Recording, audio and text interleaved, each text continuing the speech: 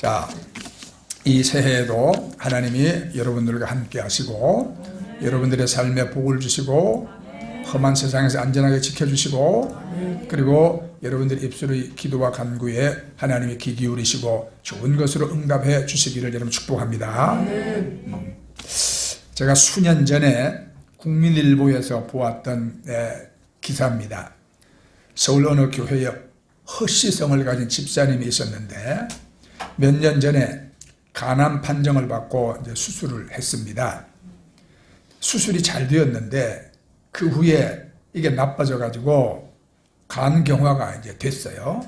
또 이제 의사는 이게 상태가 아주 중하기 때문에 이게 간 이식을 받지 않으면 이제 한 1년 정도밖에 살 수 없다 이제 그랬습니다. 그런데 마땅한 간을 찾기가 여러분 참 쉽지 않거든요. 그래서 이제 어떡하나 하고 걱정하고 있는데 어느 날 아들이 아버지에게 말합니다. 아버지, 제 간을 아버지께 이식하겠습니다. 아버지는 이제 깜짝 놀랐어요. 아들은 아직 대학생이고 취업 준비도 해야 할 나이거든요. 근데 그 바쁜 와중에 간을 이식하면 혹시 건강이 잘못되지 않을까, 학업에 지장이 있지 않을까, 부모는 염려가 됐지만 다른 방법이 없었어요. 그래서 결국 이식 수술을 했고 거부 반응이 안 일어나고 그리고 이제 아버지와 아들은 3개월간의 회복 기간에 이제 들어갔습니다. 제가 요한복음 15장 말씀을 읽을 때 4절에 이렇게 되어 있습니다. 내 안에 거하라. 나도 너희 안에 거하리라. 가지가 포도나무에 붙어 있지 아니하면 스스로 열매를 맺을 수 없음 같이 너희도 내 안에 있지 아니하면 그러하리라. 또 그다음 5절에 나는 포도나무요 너희는 가지라. 그가 내 안에 내가 그 안에 거하면 사람이 열매를 많이 맺나니 나를 떠나서는 너희가 아무것도 할 수 없음이라. 아멘. 자, 이 요한복음 15장은 포도나무의 비유를 통해서 예수님과 우리의 관계를 설명하고 있습니다. 예수님과 우리의 관계는 마치 포도나무와 그 가지와 같은 관계라는 겁니다. 너는 내 안에 있고 나는 네 안에 있다. 이 말 뜻을 여러분 묵상하고 있는데 이 허집사 이야기가 생각이 났어요. 아들이 아버지에게 간을 이식을 했다. 그래서 몸은 허집사인데 그 안에 아들이 있다. 그죠? 아버지 안에 아들이 있고 아들 안에 아버지가 있다. 이것은 예수님과 우리의 관계가 아닐까. 전주에서 목회하시는 목사님에게는 이런 이야기 들었습니다. 장윤혁 집사라고 있는데 이분의 아내가 어느 날부터 얼굴이 까매지고 몸이 붓기 시작합니다. 그래서 병원에 가보니까 또 간경화입니다. 이제 서둘러 간을 이식해야 될 그러한 형편인데 간을 구하는 것도 큰 돈이 들고요. 또 꼭 맞는 간을 만나기도 여간 쉬운 일이 아닙니다. 할 수 없이 이제 남편이 조기 퇴직을 하고 자기 간을 아내에게 주었어. 남편의 간이 다행히 아내에게 맞았기 때문입니다. 남편은 간뿐만 아니라 퇴직금을 거의 대부분을 수술비로 썼어요. 그 이제 목사님의 병원에 신방을 가니까 둘이 나란히 누워 있어요. 둘이 나란히. 네, 아내는 남편 보고 울고 남편은 아내 보고 울고 아내는 남편에게 참 고맙고 미안해서 울고 남편은 아내가 살아줘서 감사해서 울고. 아이고, 목사님이 참 이 부부처럼 아름다운 부부가 있을까 참 이런 생각이 들더랍니다. 이들은 가난했지만 행복했어요. 내가 그 이야기를 듣고 생각했어요. 딱 그렇다. 그 장집사 안에 아내가 있고 아내 안에 장집사가 있고 그러니까 최고의 사랑은 서로 안에 있는 것이다. 여러분 오늘도 성경에 그가 내 안에 내가 그 안에 예수님이 이렇게 말씀합니다. 예수님과 우리의 관계는 어떤 관계일까? 믿고 따르는 교주와 신도의 관계? 아니면 배우고 가르치는 선생과 제자의 관계? 복을 주고 복을 받는 축복의 관계? 조언하고 도와주는 어떤 멘토의 관계? 요한복음 15장은 예수님과 우리의 관계를 한마디로 이렇게 말합니다. 생명의 관계다 이 말이에요. 예수님과 우리의 관계는 생명의 관계입니다. 생명은 무엇이고 생명의 특징은 또한 무엇인가? 생명은 여러분 살아있다는 것이잖아요. 그러면 살아있다는 것은 또 뭐냐 이 말이에요. 생물학자들은 이렇게 말합니다. 살아있다는 것은 어떤 존재와 관계를 갖고 동화하는 능력을 갖는 것입니다. 한 생명이 살아있다는 말은 언제 어디서나 다른 존재와 관계를 갖는 그런 내적 능력이 있다는 말입니다. 생명은 결코 혼자 존재하지 않습니다. 다른 존재와 끊임없이 접촉하면서 교섭하면서 자기 자신을 확장합니다. 이것이 생명입니다. 이것을 생명의 동화작용 혹은 신진대사 이렇게도 말합니다. 자, 그러면 여러분 우리가 영적으로 살아있다는 것은 여러분 무엇입니까? 밥을 먹기 때문에 우리가 사는 것이 아니에요. 숨 쉬고 걸어다니기 때문에 사는 것이 아닙니다. 네. 여러분 수족관에 횟집 수족관에 있는 물고기 보셨죠? 네. 요즘은 방어철이라 뭐 이따만한 방어가 그냥 쏙 다니고 그죠? 안에 그냥 뭐 바닥에는 뭐 광어도 있고 우럭도 헤엄치고 다니고 뭐 많아요. 그런데 그들은 지금 분명히 살아 있어요. 그들이 언제까지 살까요? 잠깐 오면 횟감이 되고 매운탕거리가 될 존재 아닙니까? 하나님이 보실 때에 이 땅에 우리가 모두 잘났다, 돈 벌었다, 건강하다, 뭐 지위가 높다, 뭐 큰소리치고 살아도 하나님 보실 때 다 죽은 자들이에요. 횟집 수족관 안에서 활개치고 있는 생선과 같이 그거 다 죽은 자예요. 잠깐 후면 다 죽을 자들이에요. 네?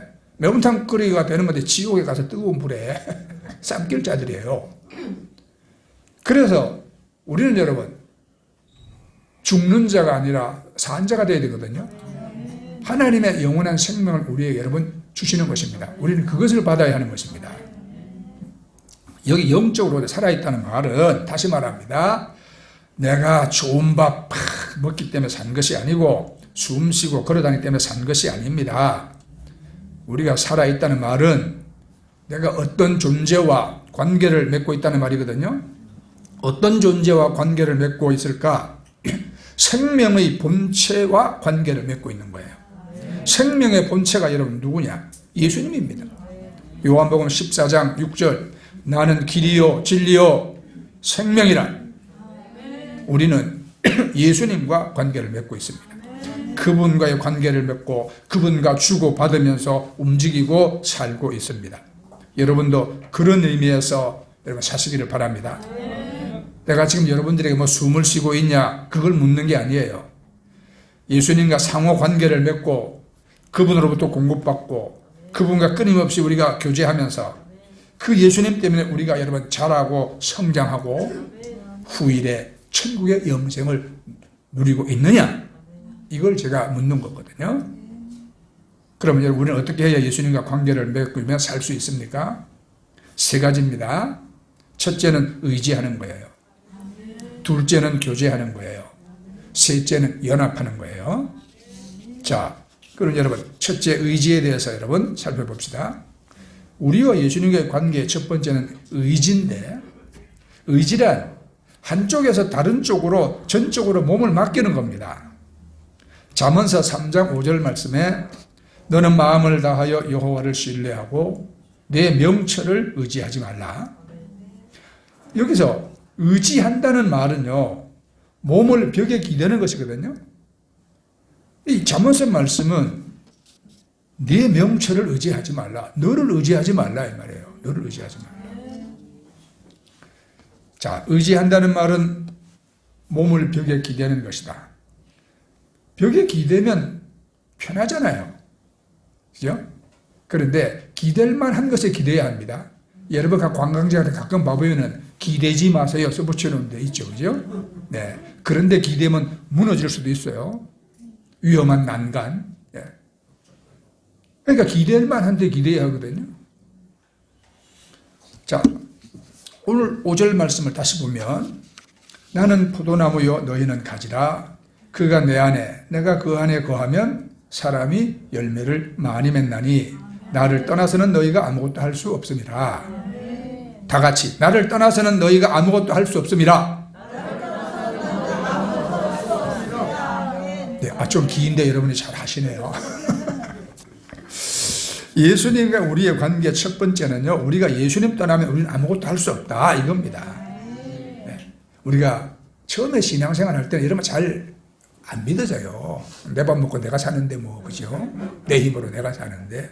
우리가 예수 믿어 신앙이 자라고 또 우리 나이가 들어서 연륜이 조금 늘면, 야, 그래 참 나는 내 힘으로 사는 게 아니야, 이렇게 느껴집니다. 마치 가지가 포도나무에 붙어 있지 아니하면 스스로 아무것도 할 수 없다 이 말입니다. 우리가 스스로 할 수 있는 것은 아무것도 없어요. 예수님 떠나면 우리는 아무것도 못합니다. 그러니까 지금 포도나무를 예를 들었는데, 여러분 줄기가 가지에게 영양분을 막 공급을 해줘야, 예? 그 가지에 열매가 달리지 않습니까? 그러니까 여러분도 이렇게 믿어야 돼. 예수님 떠나면 우리는 아무것도 아니다. 예수님 공급과 도움이 없이는 우리는 아무것도 할 수 없다. 아멘. 네. 그러니까 여러분, 우리가 이제 어릴 때 뭐 누구나 한 번쯤 그 수영을 배워본 경험이 아마 있을 겁니다. 네. 수영을 배우는 첫 번째 단계는요, 물에게 몸을 맡기는 걸 배웁니다. 물에 몸을 맡기는 것. 팔, 다리에 힘 빼고 가만히 물을 맡기면 가라앉지 않고 뜹니다. 예. 요거부터 먼저 배워야 그 다음에 이제 수영 동작을 또 배울 수 있거든요. 예. 이것이 의지하는 거예요. 수영 못하는 사람은요, 자기 키보다 낮은 데서도 빠져 죽어요. 왜냐하면 힘을 주고 막 오그리기 때문에 죽는 거거든요. 그러니까 먼저 물에게 몸을 맡기는 것을 배웁니다. 이게 의지예요. 여러분도 예수님을 그렇게 의지하시기 바랍니다. 예. 내 힘 빼고 예수님 의지하면 예수님과의 관계가 시작됩니다. 자, 두 번째는 교제입니다. 우리는 예수님을 의지하기 시작하면 이제 그 의지는 발전해요. 교제로 발전합니다. 의지는 내가 예수님을 일방적으로 의존하는 거잖아요. 사랑으로 말하면 이거 짝사랑이에요. 그러나 예수님은 우리의 그러한 사랑만 받고 계시지 않습니다. 우리가 예수님을 의지하는 순간 이제 그분과 교제가 시작됩니다. 교제는 쌍방적인 거예요. 오고 갑니다. 주고받습니다. 예수님과 우리의 교제적 관계를 설명하기 위한 말씀이 바로 친구라는 말이에요. 요한복음 15장 15절에는 14절에는 너희가 내가 명하는 대로 행하면 곧 나의 친구라. 또 15절에 이제부터는 너희를 종이라 하지 아니하리니 종은 주인의 하는 것을 알지 못함이라. 너희를 친구라 하였노니 내가 내 아버지께 들은 것을 다 너희에게 알게 하였음이라. 예수님은 요한복음 15장에서 두 번이나, 자, 여러분, 우리 친구라고 말씀했어요. 친구가 뭡니까? 세상에서 가장 가까운 사람입니다. 속에 있는 것을 다 털어놓을 사람입니다. 부모에게는 말 못할 고민도 친구에게는 털어놓습니다. 그래서 부모 팔아 친구 산다는 말도 있습니다. 우리는 너무 하나님을 무서운 분이라고 다 배워봤어. 하나님이 누구냐고 물으면 하늘에 떠 있는 어떤 도사 정도로 생각하고, 막 천둥과 벼락을 치는 분으로 여깁니다. 그 다음에 막 하나님 앞에 나오면 막 죄를 들춰내는 막 무서운 형사요 검사처럼 그렇게 생각합니다. 성경은 그렇게 말한 적이 없습니다. 하나님은 우리를 하나님처럼 만드시기 위해서 사람이 되셨어요. 사람처럼 오신 하나님이 곧 예수님입니다. 예수님은 우리의 친구입니다. 성경 보세요. 예수님은 여러분 세리와 죄인의 친구였거든요. 그분은 세리, 마태, 탐관놀이, 삭개오, 부정한 사마리아 여인, 현장에서 가늠하다 잡혀온 여인의 친구가 되어주셨어요. 그래서 성경 보면은 막 예수님을 반대했던 사람들이 그 사실을 인정하면서 말해. 마태복음 11장 19절에 보라, 먹기를 탐하고 포도주를 즐기는 사람이요 세리와 죄인의 친구로다. 그랬습니다. 예수님은 단순히 우리가 그의 친구라고 말하는 것이 아니라 우리가 그의 종이 아니라 친구라고 강조해서 지금 말씀하는 거예요. 우리가 다시 15절 보면 이제부터는 너희를 종이라 하지 아니하리니 종은 주인의 하는 것을 알지 못함이라. 너희는 친구라 하였노니 내가 내 아버지께 들은 것을 다 너희에게 알게 하였음이라. 종은 주인이 부리는 사람이잖아요. 종은 주인이 시키는 일만 합니다. 근데 친구는 다릅니다. 친구는 서로의 마음을 나눕니다. 마음속에 있는 생각, 마음에 있는 또 상처, 아니면 내 미래의 꿈, 이런 거 여러분 다 내놓습니다. 모든 것을 여러분 다 공개하고 함께 공유하기도 합니다. 자동차왕 헨리 포드가 이런 말을 했어요. 친구는 내 안에 있는 최고의 것을 밖으로 끄집어내주는 사람이다. 그랬거든요. 좋은 친구를 만나면 자신감을 얻습니다. 친구는 서로 도와주고 붙들어주는 사람입니다. 전도서 4장 10절에 혹시 저희가 넘어지면 하나가 그 동물을 붙들어 일으키려니와 홀로 있어 넘어지고 붙들어 일으킬 자가 없는 자에게는 화가 있으리라. 친구는 붙잡아주고 일으켜줍니다. 그러나 가장 좋은 친구의 특징은 뭡니까? 친한 겁니다. 잠언서 18장 24절에 많은 친구를 얻는 자는 해를 당하게 되거니와 어떤 친구는 형제보다 친밀하니라. 근데 가장 좋은 친구는 친밀한 친구라는 거예요. 친밀한 친구. 여러분들이 술 사주고 밥 사주고 뭐 할 때는 여러분 주변에 여러분 뭐 사람이 많아서 다 친구 같기도 하지만 그러나 사실 지나고는 그런 사람 다 친구가 아닙니다. 가장 좋은 친구는 정말로 친밀한 친구. 내 마음, 자기 마음, 우리가 다 함께 내놓고 여러분 함께 공유할 수 있는 그런 친구. 또 이 잠언서 17장 17절 말씀 보면 친구는 사랑이 끊이지 아니하고 그렇거든요. 자, 여러분은 세상에 살면서 이런 좋은 친구를 만나고 좋은 교제를 이루어 나가시기를 여러분 축복합니다. 그런데 오늘 여기서 예수님을 우리가 말씀하잖아요. 예수님은 가장 좋은 친구다. 우리를 진실로 사랑하시고 우리에게 영생을 주시기 위해서 목숨까지도 내어주신 그분이 우리에게 가장 친밀한 친구가 되신다는 거죠. 네. 그래서 여러분이 그 예수님을 친구 삼아 여러분 교제를 하셔야 돼요. 요한복음 15장 15절입니다. 내 아버지께 들은 것을 다 너희에게 알게 하였습니다. 친구 간에는 못할 이야기가 없잖아요. 예수님도 하나님께 들은 것을 우리에게 말하고 우리도 우리 속에 있는 것을 모두 말합니다. 그래서 존 라이스라는 사람이 좋은 말을 했어요. 친구란 도움을 청할 때 아무런 보답을 생각하지 않고 모든 것을 다 주는 사람이다. 이것이 이제 예수님이 말씀하신 친구인 것입니다. 예수님이 여리고에서 예루살렘으로 올라오실 때마다 예수님이 들르는 곳이 있어요. 누구 집입니까? 베다니에 있는 마리아, 마르다 두 자매가 살고 있는 집이잖아요.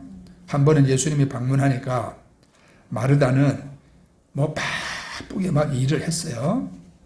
또 근데 마리아는 예수님 옆에 찰싹 앉아가지고 말씀을 들었습니다. 마리아가 딱 보니까 저 마르다가 좀 싸가지가 없어. 이 일은 안 하고 자기는 지금 열심히 부엌에서 일하고 있는데 일은 안 하고 아이고 예수님 말씀 듣고 아멘 아멘 하고 앉아 있으니까 마르다가 불평을 시작했어요. 누가복음 10장 40절에 보면 주여 그를 명하사 나를 도와주라 하소서. 마르다가 마리아에게 불평했듯이 오늘날도 그냥 뭐 바쁘게 세상에 하는 사람들은 우리처럼 교회 가서 예배하고 기도하는 사람들을 비난합니다. 아니 뭐 먹고 살기도 힘들고 바쁜 세상에 아니 무슨 뭐 예배당 가가 앉아 있으면 옛날 말로 쌀이 나오냐 연탄이 나오냐 그러죠. 그런 한간 시간에 어디 있냐 말하죠. 그러나 예수님은 마르다에게 말합니다. 네가 몇 가지만 하든지 혹 한 가지만이라도 족하니라. 그러니까 그렇게 거기에 매달리지 말고 주님과 말씀 듣고 교제하라는 이야기예요. 여러분, 우리가 예수님과의 관계는 어떤 노동적인 관계가 아닙니다. 여러분들이 여러분 뼈 빠지게 노동해서 주님을 기쁘게 할 수 있다면 얼마나 노동을 해야 되겠습니까?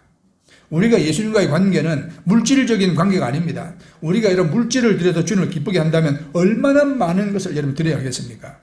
다 필요하지만 본질적인 것은 한 가지예요.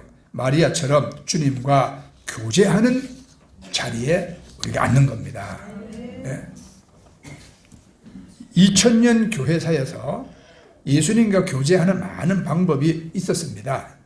근데 그것을 요약하면 4가지입니다, 여러분. 4가지. 첫째는 읽기, 두 번째는 묵상하기, 세 번째는 듣기, 그 다음 4번째는 보기예요. 자, 읽기. 뭘 읽어야 될까요? 성경 읽는 겁니다. 우리가 기도하거나 예수님과 대화할 때 빼놓아서 안 되는 것이 성경입니다. 성경은 우리를 예수님께로 안내하는 문입니다. 그러니까 성경을 읽을 때 우리가 2가지를 조심해야 돼. 하나는 말씀을 사용하지 말고 말씀을 수용해야 한다. 사용과 수용은 다릅니다. 사용은 내 목적을 위한 수단으로 여기고 내 목적을 이루기 위해서 말씀을 써먹는 거예요. 그러나 수용은 성경을 하나님 말씀의 자체로 여기고 내가 여러분 받아들이는 겁니다. 또 하나는 성경을 읽을 때 예수님께 집중해야 한다는 겁니다. 모든 성경은 예수님을 계시합니다. 요한복음 5장 39절에 너희는 성경에서 영생을 얻는 줄 생각하고 성경을 연구하거니와 이 성경이 곧 내게 대하여 증언하는 것이라. 그러니까 우리가 모든 성경에서 예수님을 보고 예수님에게서 우리가 모든 성경을 또 보아야 하는 것입니다. 그 다음은 읽기. 읽기는요, 묵상으로 이어지거든요. 네. 읽었으면 그걸 우리가 묵상해야 돼. 묵상은 되새김질을 하는 겁니다. 되새김질. 네. 소가 먹고 나면 앉아서 되새김질 하잖아요. 그죠? 입에 거품 내감싸고 몰라. 자, 시편 119편 97절 말씀 보면 내가 주의 법을 어찌 그리 사랑하는지요. 내가 그것을 종일 작은 소리로 읊조리나이다. 묵상은 하나님을 사랑하여서 그 말씀을 종일 우리가 읊조리는 겁니다. 그래서 묵상은 반복하는 거예요. 소나 낙타처럼 말씀을 되새김질하는 거죠. 읽는 것이 성경의 문자 속으로 들어가는 것이라면 묵상은 그 성경의 하나님 속으로 들어가는 겁니다. 읽기가 내 쪽에서 하나님께로 나가는 것이라면 묵상은 이제 하나님 쪽에서 내게 다가오는 것입니다. 그래서 여러분들이 말씀을 읽고 말씀을 묵상해야 되고요. 그 다음에 이제 묵상은요, 또 듣기로 이어져요. 묵상에서 이제 마음문을 열고 하나님 말씀을 우리가 딱 집중하면 그때부터 하나님의 음성이 우리 마음에 들립니다. 예, 우리가 하나님의 말씀을 읽거나 들을 때 하나님의 음성이 들려야 돼요. 네. 그런데 들리지 않는 것도 이유가 있고 말씀이 우리 마음속에 들리는데도 애써 그것을 여러분 거부하는 그런 또 경우도 있죠. 말씀이 안 들리는 이유를 제가 말씀드렸어요. 그렇죠? 우리가 신년 축복성회 때 몸이 피곤하면 안 들립니다. 마음이 바쁘면 안 들립니다. 하나님을 목적으로 삼지 않고 수단으로 삼으면 안 들립니다. 하나님을 내 유익의 재료로 삼아버리면 내 이기적인 욕심을 위해서 하나님을 우리가 찾으면 그 음성이 안 들립니다. 그 다음에 말이 많으면 또 안 들려요. 그죠? 자나깨나 입을 열어서 그냥 말 많은 사람은요, 내가 말하고 있을 때 하나님 음성이 들리냐 아니에요. 조용히 우리가 묵상하고 침묵할 때 주의 말씀이 들리죠. 그래서 엘리야가 하나님 말씀 들은 것도 여러분 막 지진이 나고 막 천둥이 치고 이런 게 아니라 세미한 음성을 들었다 그랬어요. 그 다음에 또 안 들리는 경우, 배가 잔뜩 부르면 안 들립니다. 배 불러갖고 그냥 소화시키느라고 그냥 속이 거북하고 힘들어가지고 이러고 있으면 하나님 음성 안 들려요. 그 다음에 중요한 겁니다. 내 모습 그대로 하나님에 서지 않고 자꾸 착한 모습으로 위장하고 살려고 하면 하나님 말씀이 안 들려요. 네. 잡생각이 날 때 잡생각에 빠지면 하나님 음성 안 들리죠. 네. 밤늦게까지 여러분 드라마 보고 뭐 보고 영화 보고 막 이러고 있으면은요, 우리 이 생각에 그런 잔상들이 다 남아가지고 기도하다가 굿 보면 그게 생각나지. 그죠? 예수님도 금식할 때에 마귀 유혹을 받았습니다. 우리가 그때마다 그런 것을 우리가 다 무시해야 돼요. 자기가 기도를 주도하려고 하면은 또 하나님 말씀이 안 들려. 하나님의 은혜로 하지 않고 내 노력으로 하려고 하면 안 들립니다. 기도를 말로만 하고 듣지 않으려고 하면 안 들린다 이 말이에요. 야, 그다음에 이제 다음 단계는요, 하나님의 음성이 들리면 예수님을 바라봅니다. 예수님 바라보는 것이 묵상의 최종 목적입니다. 성경과 기도의 최종 목적은 예수님을 바라보는 것입니다. 영광의 주님을 바라보는 거예요. 이 한 해 여러분 예수님 바라보세요. 우리가 바라봄의 원리가 있거든요. 자꾸 바라보면 동화돼, 바라보면 전념돼, 바라보면 닮아져요. 네. 가장 중요한 것이 이겁니다.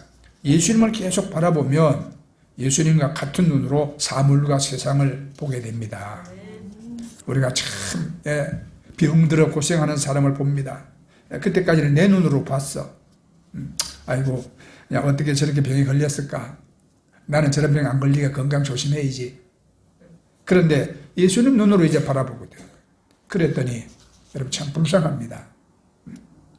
나를 미워하고 오해하는 사람이 있어. 그때까지는 나도 똑같이 저 원수를 어떻게 거꾸로 드릴까 미워했어. 예수님 눈으로 이제 그를 보니까 불쌍합니다. 미운 짓 하고 살아가는 저 인생 자체가 불쌍해. 그렇죠? 우리도 그래요. 뭐 어디 가야 되는데 그냥 차비가 없습니다. 막 그러고 어디로 오잖아요. 그 얼마 줄까 하면 3만 원 달래. 그래서 10,000원 줍니다. 그러면 10,000원 준다고 틱틱거리고 가요. 그 다음에 곧장 편의점 가서 소주 삽니다. 네. 심지어는 다리를 절면서 온 사람이 저만치 가서 멀쩡하게 걸어가는 것도 봤어요. 그러면 우리가 속았다고 저런 그냥 이러지만, 그러나 우리가 예수의 눈으로 바라보면 그 짓 하고 사는 인생이 불쌍해. 왜 저렇게밖에 살 수밖에 없는 인생이 불쌍해요. 우리가 무슨 일을 볼 때도 예수님 눈으로 우리가 보는 거거든요. 예, 그럼 감사합니다. 예수님 바라보고 예수님 눈으로 바라봅니다. 이것이 이제 우리가 보는 것이 변화된 거예요. 보는 것이. 그러니까 우리가 예수님 안에 내가 있고 내 안에 예수님 계시고, 그러면 예수님과의 우리가 교제가 이루어지는데 그 과정이라는 것이, 과정이 읽기, 예수님 말씀, 묵상, 예수님 생각, 듣기, 예수님 음성, 보기, 예수님의 눈으로. 아멘? 네. 얼마 새해 첫 주일부터 지루하지요? 아니요. 중요한 거예요. 네. 자, 그 다음에 이게 마지막입니다. 세 번째는 연합이에요. 연합. 예수님과 교제를 통해 이루는 최종적인 목적지는 예수님과 연합되는 거란 말이에요. 8절을 보세요. 오늘 읽은 말씀. 너희가 열매를 많이 맺으면 내 아버지께서 영광을 받으실 것이요 너희는 내 제자가 되리라. 포도나무가 있는 것은 왜 있어야 합니까? 그렇죠. 포도나무에는 포도가 달려야지요. 열매를 맺기 위함이잖아요. 열매 맺는 것이 포도나무 최종 목적입니다. 그럼 어떻게 열매 맺습니까? 아니, 가지가 지 혼자 열매 맺습니까? 아니잖아요. 줄기에서 진액이 막 공급돼야 되지 않습니까? 아니 이 가지가 좀 시원찮다고 줄기가 지 혼자 열매를 맺습니까? 그런 부분 없습니다. 가지가 없다면 줄기도 열매 맺지를 못합니다. 그러니까 열매 맺는 원리는 서로 연합해야 한다는 거예요. 연합. 가지와 줄기, 줄기와 가지가 함께 연합해야 합니다. 그래야 거기서 열매가 나옵니다. 자, 이 말씀을 우리가 묵상하면 중요한 것을 깨닫습니다. 아, 내가 예수님을 필요로 하는구나. 내게는 예수님이 필요하구나. 그런데 거기서만 그치면 이거 묵상이 다 안 된 거예요. 예수님도 나를 필요로 하는구나. 예수님이 나무의 소중한 줄기라면 나도 나무의 소중한 가지다 이 말이에요. 줄기만 있고 가지가 없는 나무가 없듯이, 줄기만 있고 가지가 없으면 열매가 안 달리듯이 나도 예수님께 소중한 존재다. 가지가 없이 줄기가 어떻게 혼자 열매를 맺을 것인가? 불가능하잖아요. 나에게 예수님이 중요한 것처럼 나도 예수님에게 중요하다. 여러분들 혹시 나를 쓸모없는 존재라고 막 자책하고 계시는 분이 있을지도 몰라. 나는 참 벌레만도 못한 존재라고 스스로 막 자기를 비하하는 그런 사람이 있을지도 모르겠어요. 근데 이 줄기가 나무에서 중요한 것처럼 가지도 나무에서 중요합니다. 열매는 줄기와 가지의 연합을 통해서 맺히는 겁니다. 우리는 하나님을 위해서 일하고자 하지만 하나님은 우리를 통해서 일하고자 하시는 거예요. 우리는 하나님을 위해 열매를 맺고자 하지만 하나님은 우리를 통해서 열매를 맺기를 원하셔. 그러니까 열매 맺는 원리는 이겁니다. 첫째, 예수님이 열매를 맺으신다. 둘째, 나를 통하여 열매를 맺으신다. 다 같이 큰 소리를 해봅니다. 나를 통하여. 그렇습니다. 하나님은 사람을 통하여 일을 하십니다. 하나님의 위대한 일 다 사람을 통하여 하시는 거예요. 예수님과 내가 한 생명 안에 있다. 이걸 성경은 연합이라고 합니다. 연합은 공존하는 거예요. 함께 사는 거예요. 오늘 말씀에서 거한다라는 말이 자꾸 반복되고 있는 이유가 거기 있습니다. 요한복음 15장 1절에서 10절까지에 10번이나 거하라, 거하면, 내 안에 거하라 자꾸 반복합니다. 5절 중간에 저가 내 안에 내가 저 안에 붙어 있지 아니하면, 6절 사람이 내 안에 거하지 아니하면, 7절 너희가 내 안에 거하고 내 말이 너희 안에 거하면, 10절 중간쯤 내가 아버지의 계명을 지켜 그 사랑 안에 거하는 것 같이. 이 신약 성경 전체에 예수님 안에, 그리스도 안에라는 말이 262번 나옵니다. 그런데 우리만 예수님 안에 거하는 게 아니에요. 예수님도 우리 안에 거하신다 이 말이에요. 예수님도 우리 안에. 그러니까 성경 최고의 신비는 우리는 예수님 안에 있고 예수님은 우리 안에 있다는 신비인 것입니다. 네. 탱자나무를 귤나무에다 접붙이면 탱자는 사라지고 귤이 열립니다. 연합의 원리잖아요. 그러니까 여러분, 이 땅에 있는 어떤 종교도 그 신이 내가 네 안에 들어가서 함께 하겠다 이런 신은 없어요. 불교가 그거 가르칩니까? 부처님이 우리 속에 들어오십니까? 아니요. 찾아가야 돼. 그죠? 마찬가지예요. 다. 다른 종교가 다 마찬가지. 오직 우리 예수 기독교만이 그분이 우리 속에 오시는 거예요. 성령으로 내가 너희 속에 임하겠다. 세상과는 함께 하겠다. 이렇게 했거든요. 그래서 여러분, 우리가 예수님과 연합되면은, 예수님께 접붙임을 당하면 우리 안에 예수님의 생명이 있는 거예요. 바울 사도도 자기 힘으로 사는 게 아니라 예수, 내 안에 있는 예수로 산다고 그랬어요. 그죠? 예수님과 우리는 하나입니다. 예수님과 우리는 한 포도나무입니다. 모든 능력, 모든 힘, 모든 비전, 모든 좋은 것이 여기서 나옵니다. 자, 그래서 16절이 결론이에요. 16절. 너희가 나를 택한 것이 아니요 내가 너희를 택하여 세웠나니 이는 너희로 가서 열매를 맺게 하고 또 너희 열매가 항상 있게 하여 내 이름으로 아버지께 무엇을 구하든지 다 받게 하려 함이라. 여러분, 우리가 이 성찬을 우리가 통하여서 우리는 다시 한번 여러분 예수님과 연합할 것입니다. 네. 여러분, 이 금년 한 해 좋은 열매를 많이 맺으십시오. 그 비결은 예수님과의 관계입니다. 혼자서 고독하게 힘들게 여러분 쓰러질 듯이 살지 마시고 예수님을 의지하시기 바랍니다. 그리고 예수님과 끊임없이 교제하십시오. 네, 끊임없이 예수님과 교제하세요. 그리고 예수님과 하나가 되십시오. 그러면 여러분은 예수님처럼 소중한 여러분 존재로 이 땅에 우리가 하나님이 주시는 은총과 귀중히 여김을 받으면서 우리는 이 한 해를 승리하며 살 수가 있을 것입니다. 아멘. 네, 자, 우리 찬송하겠습니다.